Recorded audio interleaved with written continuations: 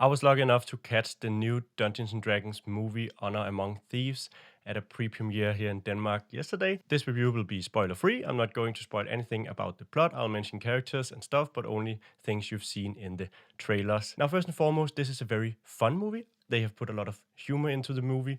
It's a Dungeons and Dragons movie very clearly. There's a lot of Dungeons and Dragons elements. There's a lot of stuff that will be recognizable to people who've played Dungeons and Dragons or who've just played the computer games, Baldur's Gate or Neverwinter Nights, whatever. There is a foundation of this is a Dungeons and Dragons movie with Dungeons and Dragons elements, and there are people passionate about the brand or the game involved, and I think it really shows. There's a lot of jokes crammed in there. It follows the generic Marvel formula that we've been very accustomed to, where even in some of the more tense or dramatic situations, you'll have a character quip something that is funny. There's different takes on that style. Some people are tired of it, I guess, but for me, I think it really lands most of the time in this movie. I'd say 80% of the jokes land. I remember when Guardians of the Galaxy came out, I didn't know any of those characters or any of those stories, but I went in and I watched the movie and it was fun and I had a good time. And that's, for me, is also what Dungeons & Dragons Honor Among Thieves does here, because even if you don't know anything about D&D, even if you don't really care that much for fantasy, I think you can still appreciate the humor in here.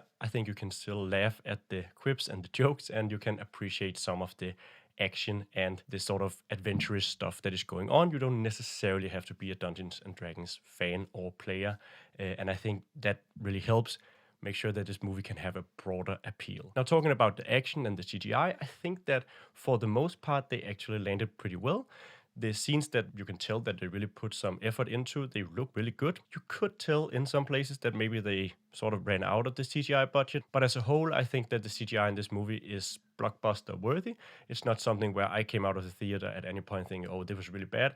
And I think I could also tell that they used real costumes for a lot of stuff, characters especially, and that really worked for me. If there's one thing that special effects wise I didn't think worked particularly well, it's how smaller races were portrayed in certain situations where you have something like halflings or hobbits or what you want to call them, that I think Lord of the Rings maybe did better. As far as the story goes, I think that it's a relatively simple story. There were some plot holes or maybe some logical stuff where you could say this was a Dungeons and Dragons adventure. You could say, okay, the DM hadn't really thought that out. Why did that work or why did that not work? But in the end, didn't really matter that much. The movie isn't about the story as much as it's about the character and about having fun, and that's what this movie really does best. The pacing of the movie, in my opinion, is great. It's entertainment, it's humor and action, and that's also another point that I really want to emphasize. This movie does not at all take itself seriously. It really makes fun of some of the tropes in Dungeons & Dragons and fantasy movies, and I really appreciated that. It felt like a Dungeons & Dragons adventure. It very much felt like a game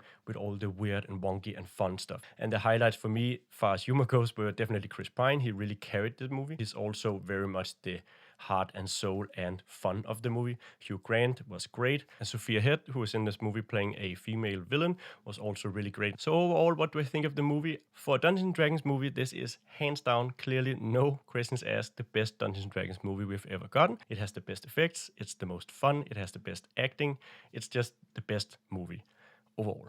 Are there some issues with this movie? Sure. I found it pretty easy to disregard those minor flaws. There was never a point in this movie where I was bored and was thinking, okay, can we get on with it? I was entertained the whole time. And I think even if you don't know anything about Dungeons & Dragons, as long as you like fun movies, if you went in to watch Guardians of the Galaxy and you enjoyed that, I think you'd go into this movie and you'll enjoy this one as well. If you do know anything about the Forgotten Realms, Faerun, if you've played Baldur's Gate or Neverwinter Nights, you will recognize a lot of stuff, and it'll of course make the experience even more fun to you to be able to say, oh, this reminds me of that game, or that's obviously a insert item or monster or whatever. But the movie is really also just a movie unto itself, a fun, enjoyable movie. If it was just judged as a movie, not a Dungeons & Dragons movie, I think it'll come in around a 7 out of 10. If you see it as a Dungeons & Dragons movie, if you are a Dungeons & Dragons fan, I think you could put it up there like an 8, 8.5. They could have made probably maybe a better movie if you'd gone 20% less humor and gone for the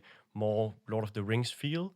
But that's also a huge risk to take because you'll start taking yourself too seriously and it can really, really fall flat. So I'm happy they went with it this way, and I'd like nothing better than a Dungeons & Dragons movie every year or every second year, and expanded Dungeons & Dragons universe. Regarding that, I should say that they also really make a point out of pointing out geography and history of the Forgotten Realms. There are some rewriting of canon that I can't get into without spoiling, but where they have a past event they depict in a sort of different way, but I'm fine with that as well. One thing that I did notice was that there was like no mention at all of the gods and religion in the Forgotten Realms, which is otherwise a huge part, even though we had a paladin and a druid in there. And that brings me to our sponsor, which are us and Heretic's Guide to Devotion and Divinity, this 5e Dungeons & Dragons book about devotion and divinity, religion in your Dungeons & Dragons game. If you're interested, you can pre-order it over at eventyrgames.store, where you can also, of course, pick up Wanderer's Guide to Merchant Magic and Milando's Guide to Magical Marvels, our 2 previous books. If you like the video and want to see more, you can subscribe to the channel. Also, please tell me if you've seen the movie down below, what you thought of it,